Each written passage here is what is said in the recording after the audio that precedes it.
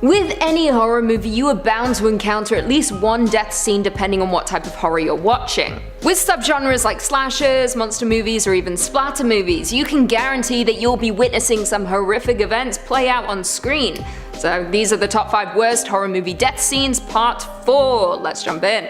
Coming in at number 5, we have Casey Becker from Scream. Now, I think it's safe to say that the opening 8 minutes of the first Scream movie are utterly memorable, simply because of how shocking it was and how sad Casey Becker's death was. Released in 1996 and directed by Wes Craven, Scream stars the likes of Neve Campbell, Courtney Cox, Rose McGowan, Matthew Lillard, Skeet Ulrich, and Drew Barrymore, with the film following Sidney Prescott, a high school student who becomes tormented by a mysterious killer dubbed Ghostface. I should preface this point by saying that Scream was marketed as a Drew Barrymore movie. She was front and center on the poster, with her name securing funding and distribution, because in 1996 she was one of the biggest stars. I mean, she still is, just not as big. So of course, when these first 8 minutes of the movie took place, folks were left gobsmacked. The movie kicks off with Casey Becker, played by Barrymore, home alone, making popcorn and getting ready to watch a horror movie. However, when the phone rings, she is forced to fight for her life. On the other end of the phone is a mysterious voice, a voice that torments Casey, making her play a game that will always end in her death. She is made to answer questions about horror movies, and when she gets a question wrong, the lights outside flick on, revealing her dead boyfriend. Ghostface then enters the home, chasing Casey around before she finally escapes outside. She runs through her yard with her parents' headlights in the distance, indicating their arrival back home. But they won't make it in time. Ghostface stabs Casey multiple times, leaving her to die, as her parents enter their home without even realizing their daughter is dying just a few feet away from them. It's very sad, very shocking, and more importantly, stole the technique which Hitchcock used in Psycho, in which he fooled the audience into believing they knew who the protagonist was, but they were wrong. Before we jump into number 4, be sure to give this video a big thumbs up, really helps us out a lot. Coming in at number 4, we have Tina from A Nightmare on Elm Street. Now, in our previous list, we discussed the unfortunate death of Glenn in A Nightmare on Elm Street, and we're back again, but this time with Tina. Released in 1984 and directed by Wes Craven, A Nightmare on Elm Street follows Freddy Krueger, a villain who plagues people's nightmares, pulling them into Dreamworld and attempting to kill them with his bladed glove. And of course, if he kills you in Dreamworld, you die in real life. A group of teenagers in Springwood, Ohio soon discover this as they become tormented by the deranged killer who won't let up until they are all dead. Now, Tina is unfortunately the first victim in the Nightmare on Elm Street movie, with her suffering a very grisly demise. Tina hosts a sleepover with a few of her friends after having nightmares of a disfigured man in her dreams. However, when Tina falls asleep, she dreams of being chased by that same man. In her dream, she goes into her backyard and out into an alleyway, only to see Freddy Krueger in his long arms and bladed glove. We are informed right off the bat of the power Freddy Krueger possesses in Dreamworld, with him being able to extend his arms to an absurd length before chasing after Tina and attacking her. Now, while this is happening in Dreamworld, in reality, Tina's boyfriend is witnessing Tina get violently thrown around the bedroom by an invisible force, before she is cut open by sharp invisible blades, and blood is spurted across the room, before her lifeless body drops back onto the bed. It's all very violent and shocking, and the best way to kickstart a terrifying movie. Coming in at number 3, we have Paul Allen from American Psycho. American Psycho is a classic in the horror genre, with Christian Bale giving a performance that is unrivaled and one that deserves way more acclaim than it got. Released in 2000 and directed by Mary Harron, American Psycho stars the likes of Christian Bale, Willem Dafoe, Jared Leto, Josh Lucas, Chloe Sevigny, and Reese Witherspoon, with the movie following Patrick Bateman, played by Bale, an investment banker in the 1980s who, over the course of the movie, is revealed to be an American Psycho, with his gruesome life as a serial killer being revealed over the course of the movie, with Bateman preying upon work colleagues, and even random strangers. Now, in one of the most jarring and unexpected scenes, Patrick Bateman lures his co-worker Paul Allen back to his apartment after a night of drinking. Now, all is okay to start with, that is until Allen becomes increasingly aware of his environment. The covered furniture, the paper protecting the carpet, what exactly is going on? Bateman, however, seems unfazed, turning on Hip to be Square and dancing around his apartment while putting on a raincoat, with us, the audience, knowing exactly what's about to go down. While moving around his apartment, Bateman delivers a monologue about the artistic merit of the song before grabbing a very polished axe and brutally murdering Allen. Now, although we don't see direct shots of the death, we do however see the blood spatter all over the face of the grinning Bateman, and that alone is incredibly disturbing. Coming in at number 2, we have Face Chopped Off from Laid to Rest. Now, Laid to Rest was a hit or miss among horror movie lovers, with many criticizing its abundance of gore as well as its weak storyline. However, it is a movie that does seem to have a loyal following, and it does have a slew of amazing killing scenes if you're a lover of gore. Released in 2009 and directed by Robert Greenhall, Laid to Rest is a slasher that follows a young girl who wakes up in a casket with a head injury and no memory of the incident that took place. She soon realizes that she was abducted by a serial killer and must now fight to stay alive. Now, there are many moments in this movie that will linger with viewers, however the one that stands out the most to me is the death of Johnny and his girlfriend. The pair arrive in a car to check on Cindy, played by Lena Headey. However, the killer is already there. In this very gory and disturbing scene, Johnny gets out of his car to investigate an incident. However, when he returns to his car, a blade is thrown right into the side of his face, before the killer arrives and drags the blade up, cutting off Johnny's entire face in the process. It's all very sudden and very gory, with the girlfriend left with nothing to do but to scream for help, but help is not coming. She then meets a grisly end with her innards quite literally becoming outards. It's great. And finally, in at number 1, we have Staircase from High Tension. High Tension is one of the more depraved and disturbing movies on our list, with it certainly lingering with all those who have seen the movie, particularly one scene. Well, if you're me, that is, this scene. This one I just can't seem to shake. Released in 2003 and directed by Alexandre Aja, High Tension is a French slasher that follows best friends Marie and Alexia, who decide to spend a weekend at Alexia's parents' secluded farmhouse. However, on the night of their arrival, their getaway turns into a living nightmare as they are forced to fight for their own survival with a killer on the loose. Now, the movie did garner a slew of negative reviews, specifically surrounding its plot twist that made absolutely no sense whatsoever. Roger Ebert even stated, I quote, "The plot hole is not only large enough to drive a truck through, but in fact does have a truck driven right through it." Classic. Now, it's not the ending that I'm going to be discussing or the completely ridiculous plot twist that gets worse and worse with each watch. It's actually the moment when the intruder breaks into the home and commits one of the most brutal murders. In the middle of the night, the doorbell rings, and as we know, it's not wise to open the door to strangers in the night, with the father learning this the hard way. He is whacked on the head by the intruder. The man then attempts to drag himself to safety, but safety never comes, with the intruder then shoving the man's head through the railing of the staircase, causing it to get wedged. Then he does the worst thing imaginable. He grabs a chest of drawers and rams the head clean off. It's absolutely disgusting and incredibly memorable. Coming in at number 5, we have Dick Hallorann from The Shining. The Shining deserves a place on every single one of our lists, simply for being one of the greatest horror movies of all time, with one of the most unsettling villains and stories ever written. Released in 1980 and directed by Stanley Kubrick and based upon the novel of the same name by Stephen King back in 1977, the movie stars the likes of Jack Nicholson, Shelley Duvall, Scatman Crothers, and Danny Lloyd, with the movie centering on Jack Torrance, a writer and recovering alcoholic who heads to the isolated Overlook Hotel with his family after accepting the position as the off-season caretaker.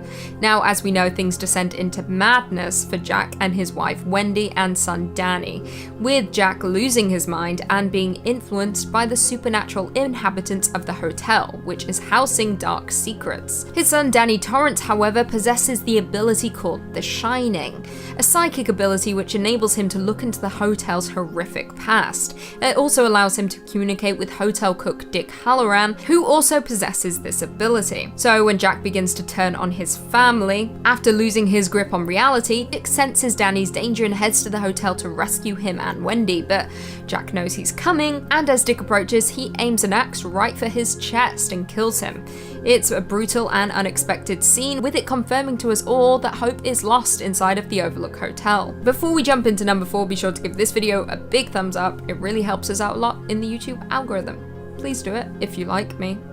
And I like me, so I would like it. Coming in at number 4, we have Frankie Cheeks from Final Destination 3. I know, I've spoken about Final Destination 3 numerous times on this channel, specifically in this series and fairly recently, but there are just so many deaths worth discussing, so here it is again. Released in 2006 and directed by James Wong, Final Destination 3 stars the likes of Mary Elizabeth Winstead, Ryan Merriman, Alex Johnson, and Amanda Crew, with it following the same Final Destination formula as the previous movies in the franchise. Someone has a premonition about a catastrophic event that will kill many people. Before anything can happen, they try to remove themselves from the situation with a few people following them. Then the catastrophic event takes place, killing people just like they said it would. However, that's not where it ends. The survivors are then picked off one by death in the order they would have died in the catastrophic accident. It's the same in each movie, and honestly, it doesn't get old. It's always entertaining. Now, in Final Destination 3 specifically, a group of students find themselves on a roller coaster, with one student, Wendy, having a premonition of the ride crashing. Herself and a few others get off of the ride, and then of course, it crashes. It derails. Then, like I said, the survivors begin to get picked off one by one in the order they would have died on the roller coaster. Now, one of the most shocking and disgusting deaths is that of Frankie Cheeks. In one particular scene, Wendy and another survivor pull into a drive-thru before a runaway semi-trailer truck comes speeding down the hill heading straight for them.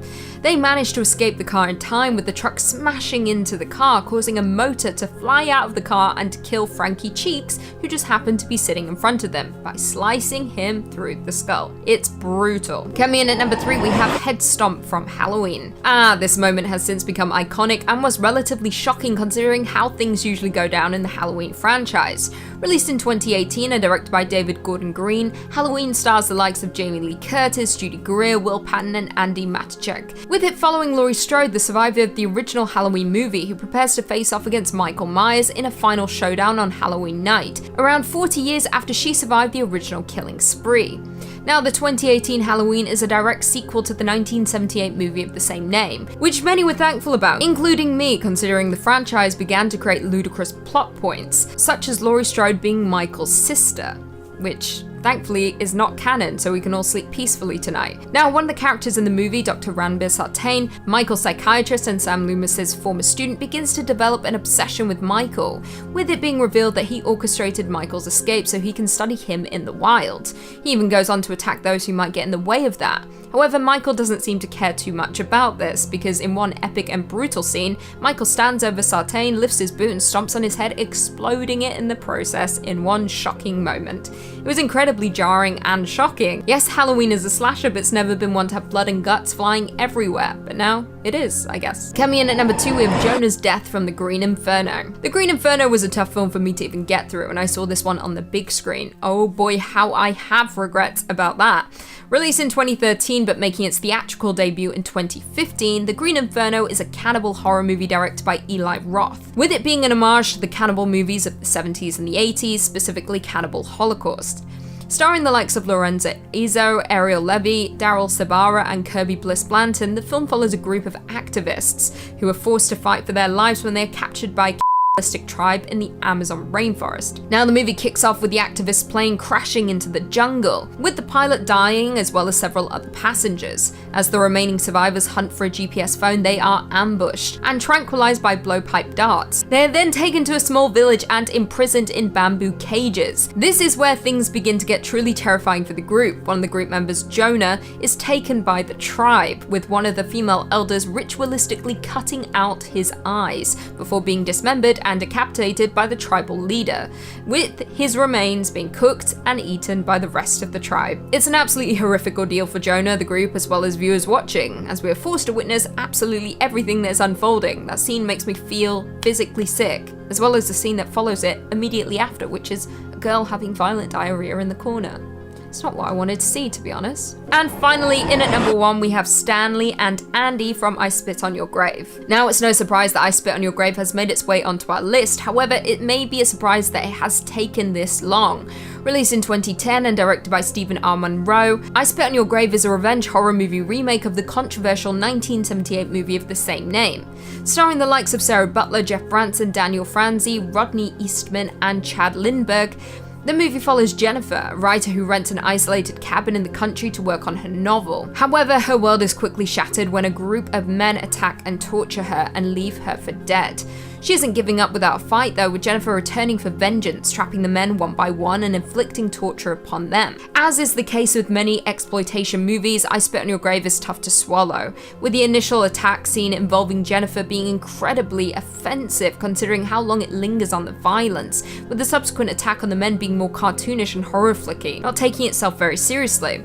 Saying that though, the two deaths involving Stanley and Andy are quite intense. Starting with Stanley, he is captured in a bear trap tied to a tree and then has fish cuts smeared across his face. Jennifer then proceeds to pin open his eyelids with fish hooks, resulting in birds pecking out his eyes. Next is Andy. He is tied up and dunked into a bathtub filled with lye, also known as sodium hydroxide, which ends up burning off his entire face. The two deaths are a lot, but like I said, nothing comes close to the torture Jennifer experienced at the beginning of the movie. Coming in at number 5, we have Annihilation, the bear scene. Annihilation is an insane thrill ride of a movie with an ending that left many folks torn, but it's not the ending that we're going to be discussing. Instead, it's the bear scene. Released in 2018 and directed by Alex Garland, Annihilation stars the likes of Natalie Portman, Jennifer Jason Leigh, Gina Rodriguez, Tessa Thompson, Tuva Novotny, and Oscar Isaac, with the story following a group of explorers who enter what is known as the Shimmer, a mysterious quarantine zone of mutating plants and animals that was created by an alien presence. Now, everything inside of the Shimmer is strange, but arguably the most strange is the mutated bear. During one moment in the movie, the team had been bound to chairs by another character after slowly being driven insane by the Shimmer. That is when they begin to hear a call for help from a character who was killed earlier on in the movie. However, they soon learn that the cries are coming from the mutated bear, which killed the character Cass and absorbed parts of her into itself. Gina Rodriguez is then brutally killed by the bear, with her jaw being torn clean off, before Tessa Thompson frees herself and shoots the bear dead. What a hero. It's a terrifying and nerve-wracking moment that lingered with audiences long after the credits rolled. Before we jump into number 4, be sure to give this video a big thumbs up. It really helps us out a lot in the YouTube algorithm. Pushes our content out, and at the end of the day, I think we all want more of me. Coming in at number 4, Evil Dead, Evil Meets Chainsaw. Now I'm talking about the 2013 version of Evil Dead here, so sorry to let some of you down. Directed by Fede Alvarez and starring the likes of Jane Levy, Shiloh Fernandez, Lou Taylor Pucci, Jessica Lucas, and Elizabeth Blackmore, Evil Dead is of course a soft reboot of the original Evil Dead movie, and follows a group of 5 people who become haunted and killed off by supernatural entities while staying at a remote cabin in the woods. Now, some backstory before we get into the climactic moment. The group of friends stay at the cabin while one of them, Mia, attempts to overcome her heroin addiction. After doing some exploring, they discover in the basement a variety of things: rotting animal corpses, a shotgun, and of course the Naturum de Monto, with one of the group members, Eric, reading an incantation from the book, and in turn awakening a malevolent force. Classic. This also results in an abomination version of Mia arriving, with vines coming out of its mouth and possessing her. Now, in the climactic showdown between Mia and the abomination, Mia is forced to fight for survival against the Taker of Souls, who is in the form of Mia.